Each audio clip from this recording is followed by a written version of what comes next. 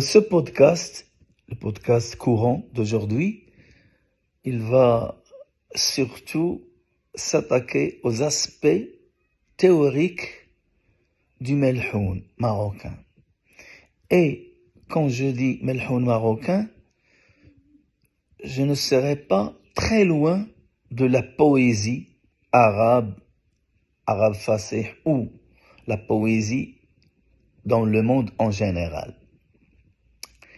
Donc, le melhoun est une poésie marocaine. Cette poésie, elle est écrite en dialecte arabe, mais pas l'arabe classique, ce qu'on appelle fasih, avec lequel est écrit le Coran. C'est une darija, un dialecte avec un lexique spécial, très spécial même. Cette darija est inspirée généralement du fasih lui-même. Mais, comme j'ai dit dans l'ex-podcast, elle est modelée, elle est adaptée et elle est facile à prononcer, bien sûr, comme le dialecte courant. Donc, ça ressemble à la darija ou dialecte de tous les jours de la vie courante, mais c'est un peu instruit, un peu civilisé, donc c'est un lexique spécial.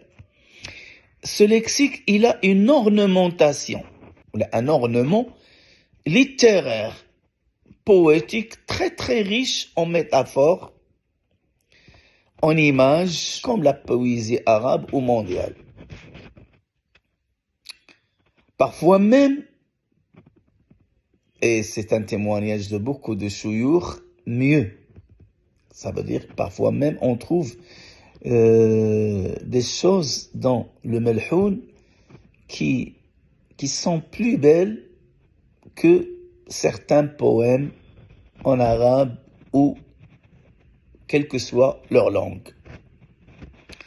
Ces termes d'ornement, stylistique et figures de rhétorique donnent et confèrent au melhoun marocain une très grande profondeur à côté d'une esthétique exceptionnelle et ajoute à la structure البنية بحال العروض مثلا une éloquence très spéciale.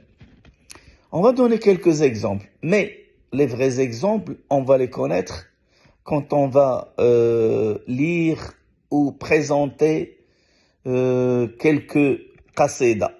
Al-qasida, c'est le poème. Ça s'appelle comme ça, al-qasid ou al-qasida, en arabe classique fasih et au melhoun. Je donne quelques exemples. Par exemple, je commence par les figures de style. On peut les traduire comme ça, أوجه البيان أو أوجه من علم البيان. Là, ce sont des moyens à travers desquels le poète du melhoun, le poète appelé en arabe et en dialecte arabe, Cheikh Sijia.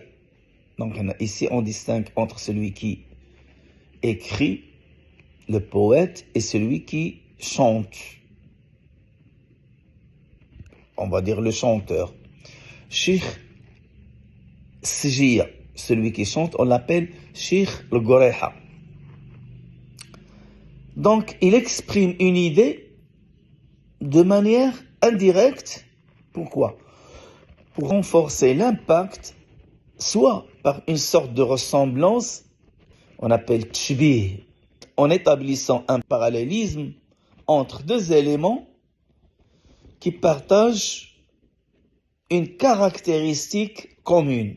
Par exemple, quand on dit Mohamed Aïn Loujoud, Tachams Ouloura Kouakib, à la sabil mital.